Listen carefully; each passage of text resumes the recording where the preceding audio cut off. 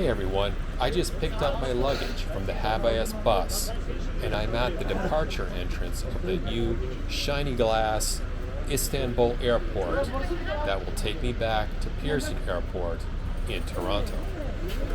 My return ticket with 2 layovers to Toronto Pearson cost me just under $1,000 US.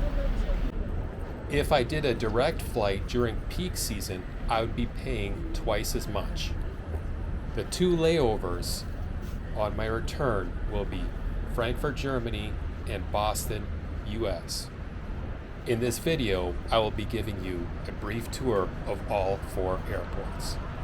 So ahead of us is the welcoming sign for international departures. The Habayas bus drove me about 45 kilometers or 27 miles from city center for only $465 US with traffic. That's about a 45-minute ride. The bus looked clean and brand new from the inside and out, just like this amazingly beautiful and massive airport. These buses are easy to access, run regularly, and I did another video on it. If you decide to take the bus like I did, just be sure to have exact change in lira, because they do not give change and you'll pay the balance in a tip. So if you don't have exact change, just pay by credit card. There is no extra service charge. Time is about 4 a.m. and I'm going to be heading down to the departures area to get ready for my flight to Frankfurt. So it's been quite a trip.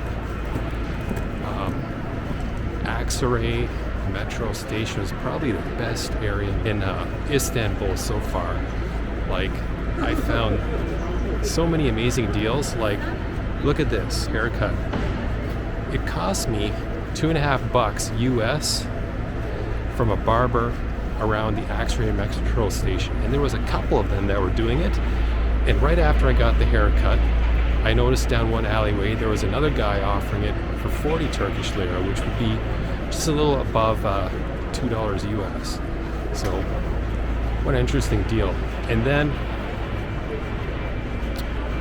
I found clothes like Nike shorts and stuff for $3-4.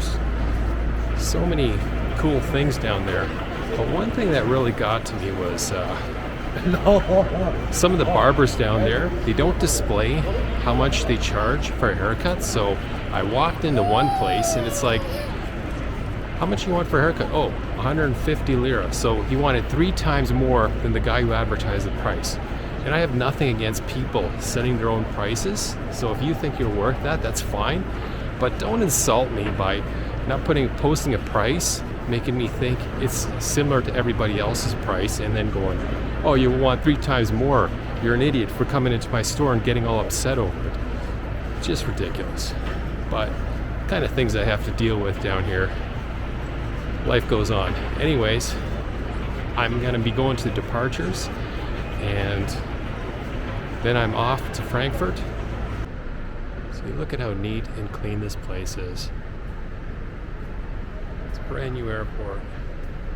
In case you're wondering, I have taken the yellow and black taxis in a previous trip to and from the airport, but I highly recommend taking the Habayas bus because it's the same amount of time and a lot cheaper. Cost-wise, the yellow taxi from city center to the airport was about $27 US, and the black taxi from the airport to city center was $40 US. They say black taxis cost twice as much as yellow taxis, but it's all relative to the amount of traffic on the road. Hey everyone, so I just landed into Frankfurt, and now I gotta wait for the Boston flight. So we came in about 7:45 a.m., leaving at about 10:50 a.m. So the flight was on time, but this was a tough flight. It was an Airbus 320, and they didn't have the TV screens like I'm usually accustomed to. And to top it off, I had this really smelly guy. He smelled the BO, sat right next to me. I was in the middle seat there. It was just horrendous. Just the whole back, that smell. Oh, like I could tell he had a hair transplant, but it was like he didn't wash for a week. It was terrible. I don't know if he was eating garlic as well. But boy, completely unbearable. And then the guy to the right of me, right behind, was sleeping, but he had a huge, really bad snoring problem. So it was like, it was shocking. It's so hard for me to sleep because I haven't gotten a lot of sleep. I didn't sleep last night because I was worried about not waking up on time and missing this flight. But we're here and I made it, so hopefully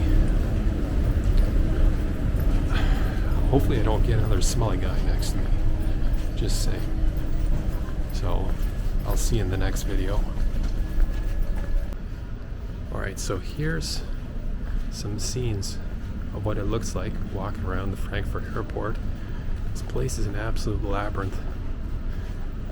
It's hard to tell where to turn to because my flight doesn't go till 10:50, and the charts just show up till, what we got here? 10:05. Oh, it might be up on this screen here. Let's see what we got. No, I'm not seeing it.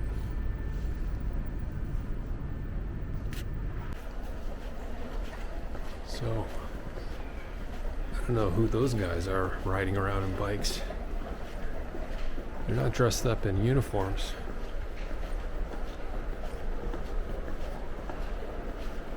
Man, this place is a labyrinth. I don't know where I'm supposed to go.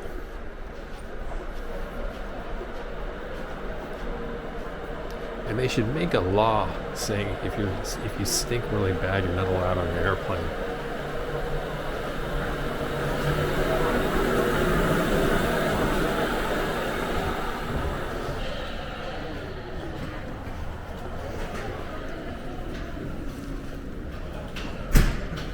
I wonder if this has anything related.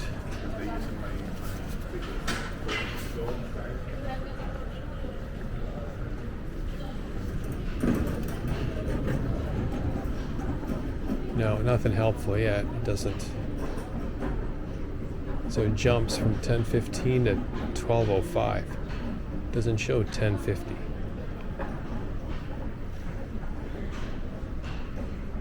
Alright, so I talked to the clerk there and she says follow Z. So I'll see where this takes me. Here's some outside views of the airport looking through the window. You have to use the monorail to go to Z.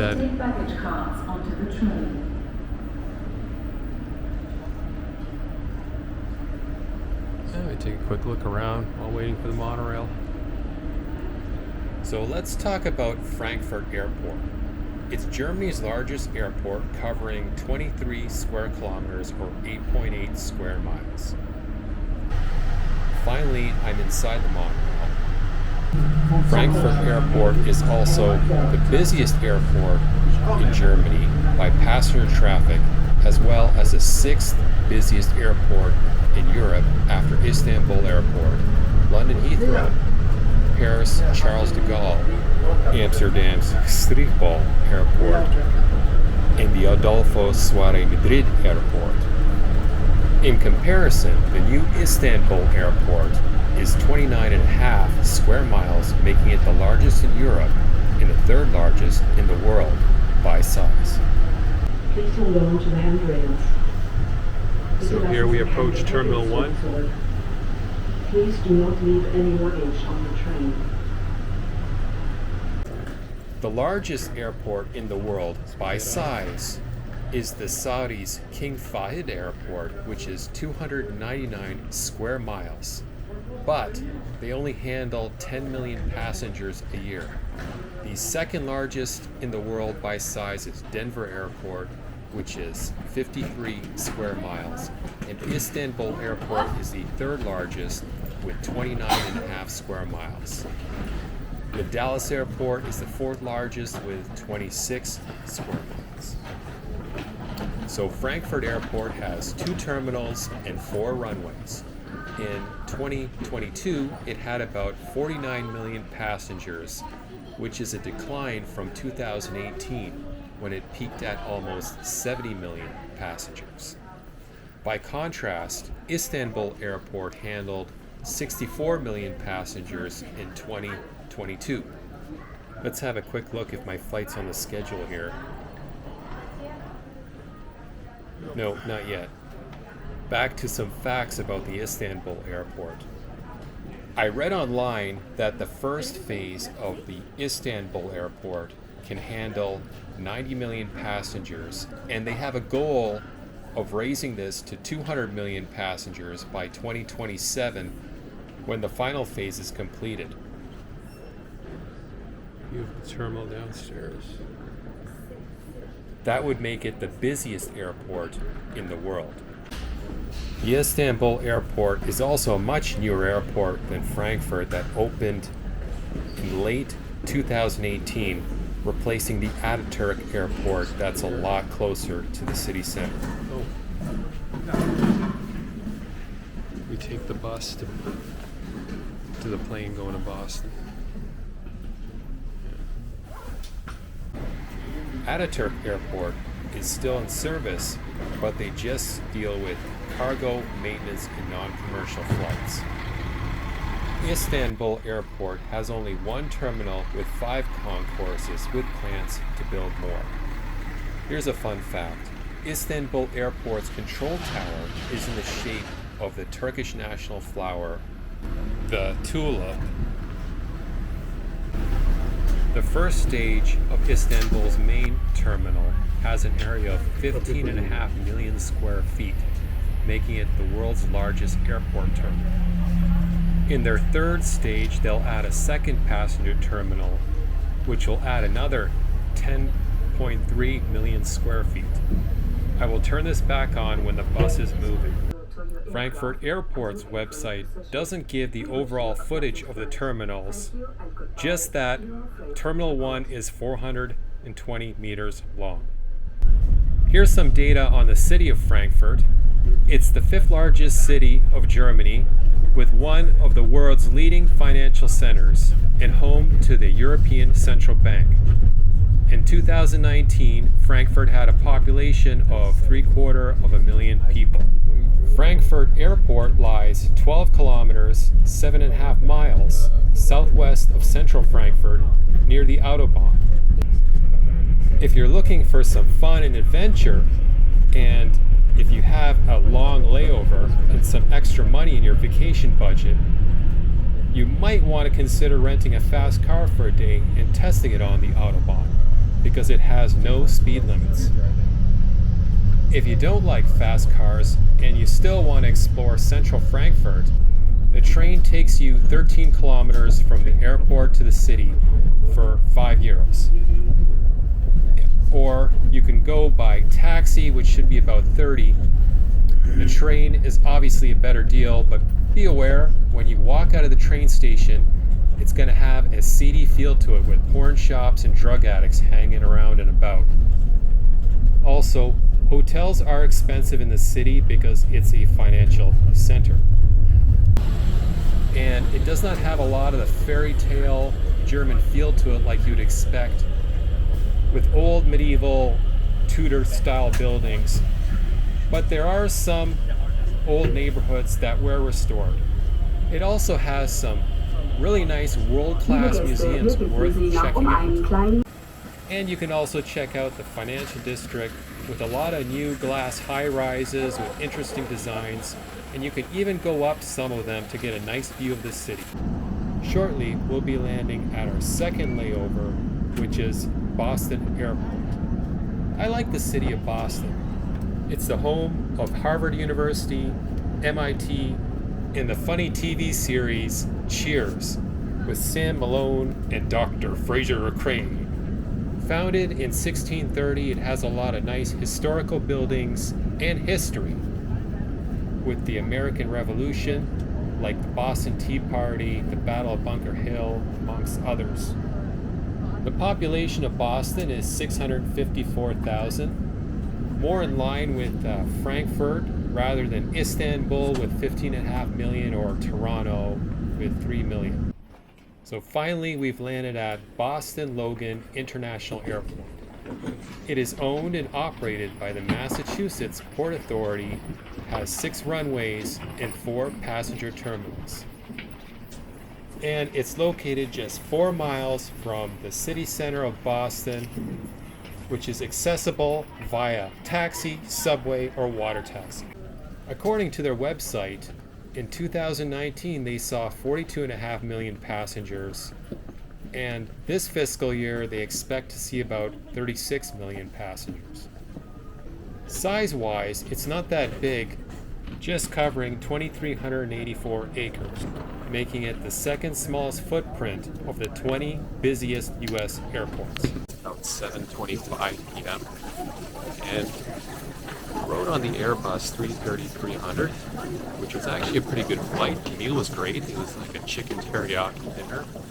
And I got seat 29, which doesn't have seats in front of me, so it's almost like a first class seat. So that turned out pretty well. I'm quite happy with this flight. So now I gotta do a connecting flight to Toronto. So it should, if everything goes well, happen in the next 2 hours. And then I go from Toronto to the Via train station. So this is quite a long trip. So the 4 terminals and concourse are 1.5 million square feet, which is about 1/10 the size of Istanbul's main terminal. That's 15.5 million square feet. Here's some things you should be aware of when you're at Boston Airport. So to go to Toronto from the Boston Airport, it's Terminal B, and you have to take the shuttle bus. And remember, liquids, gels, and creams cannot be in containers larger than 100 milliliters. If you have anything in a larger container at the Boston Airport, it gets thrown in the garbage. It's called the 311 liquids rule. Also, the lost and found office is located on arrival levels between terminals C and E. Soon, we will take off and land at Toronto Pearson Airport, which is the largest and busiest airport in Canada. Toronto Airport is 18.27 square kilometers, which is over twice the size of Boston's airport. Both terminals are 5.6 million square feet. In 2019, Pearson handled 50.5 million passengers. In 2022, it declined to 35.6 million passengers. And now I exit the plane to Pearson. And now I head up the escalator to the arrival section. The Toronto Pearson Airport is named after Lester B. Pearson, the 14th Prime Minister of Canada and the 1957 Nobel Peace Prize winner for his humanitarian work in peacekeeping. The majority of the airport is located in Mississauga, Ontario, with a portion of the airfield extending to Etobicoke in the West District of Toronto. Pearson Airport is located 14 miles, 22.5 kilometers northwest of downtown Toronto. In 2015, a new Union Pearson Express airport rail link was created that links Pearson Airport with Toronto's Union Station in downtown Toronto. These trains run every 15 minutes, and the cost is $12.35 Canadian each way. And the train takes about 25 minutes to reach its destination. Downtown's Union Station is the hub for trains leaving to other cities, and I will be going to Toronto Union Station in order to take the train to Windsor, Ontario, where I live. The train from Toronto to Windsor is 4 hours and runs 4 times a day, with the first at 6:50 a.m. and the last at 7:45 p.m. It's about 10:30 p.m. and now I just gotta wait till the morning, probably around 6 a.m. and I'm gonna take the UP Express to Union Station, and then I'm gonna take the Via train back to Windsor at like 6:45 a.m. So I gotta spend quite a bit of time at the airport waiting. And this was such a long trip. Wow. The Boston airport was tough. I mean, they didn't even write which terminal I was supposed to leave at. So I actually, after talking to like 4 people, because 2 of them didn't even know what was going on because they just started working there. I finally found out that I was supposed to go to Terminal B, and I was like running all over the first terminal I landed at. In Terminal B, you have to take a shuttle, like a shuttle bus, which is 15 minutes away to get there. It was so confusing, but glad I got through with it. So yeah, I'm glad I'm back in Canada. This was such a long trip. I can't, just traveling from airport to airport till I finally reach Canada and then Windsor, that's a lot of time. If you like this video, please click like and subscribe.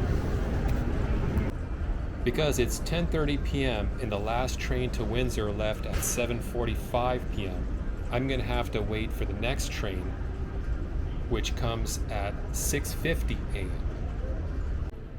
So security kicked me out of the baggage area, so I'm either going to have to wait here at the Starbucks in the food court or get a hotel until the morning. So it's 6 a.m.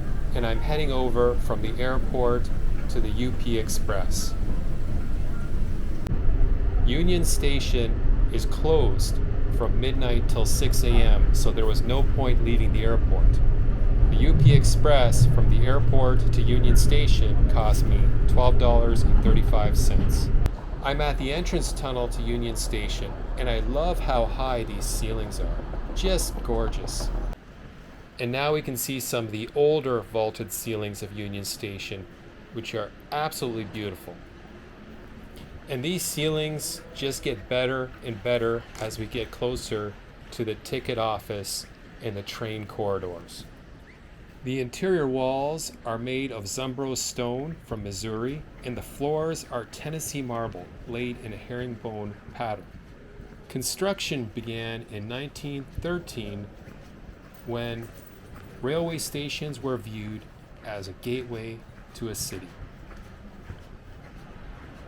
Now these are the vaulted ceilings of the Great Hall at the Union Station. This is the coup de grace of vaulted ceilings for Union Station. Ahead of us is where I'll buy my $85 train ticket. So I'll be taking Gate 20 back to Windsor on the Via train.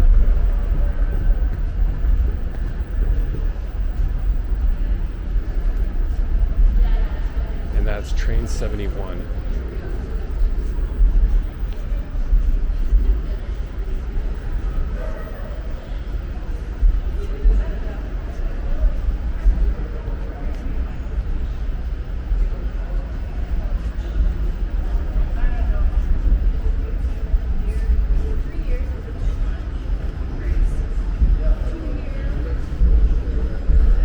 So gate 20 is right here.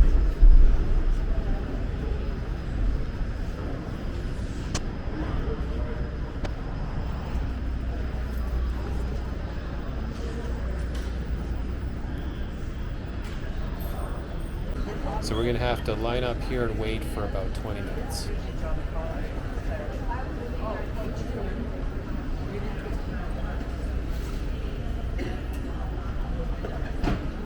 So finally, I'm on the train. It doesn't look new like the previous train I took, but it's still better than taking the bus. Hopefully, we make it on time. So if you like this trip, please click like and subscribe, and I'll see you in the next video.